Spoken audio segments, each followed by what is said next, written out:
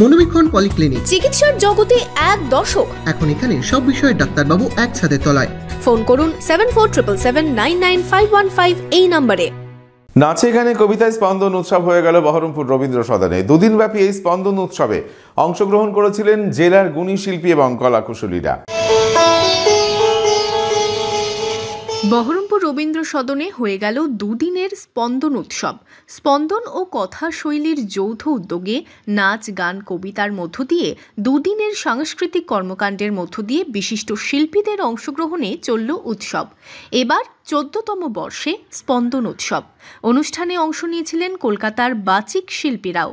স্পন্দন উৎসব প্রত্যেক বছরের মতোই একটা অন্যরকম উৎসব, যেটি প্রত্যেক বছরই হয়। আপনারা জানেন এবছর 14তম স্পন্দন উৎসব এবং এবছর আমাদের বিশিষ্ট গুণীজনরা এসছেন। আমাদের উদয় শঙ্কর শৈলীতে এসছেন জয়দীপ পালিত, মণিপুরী নৃত্যধারায় এসছেন প্রফেসর ওয়াই হেমন্ত কুমার, এসছেন বিশ্বভারতী থেকে শান্তিনিকেতন বিশ্বভারতী থেকে এসছেন চিত্রাঙ্গদা বোলপুর ইন্দ্রিয়র।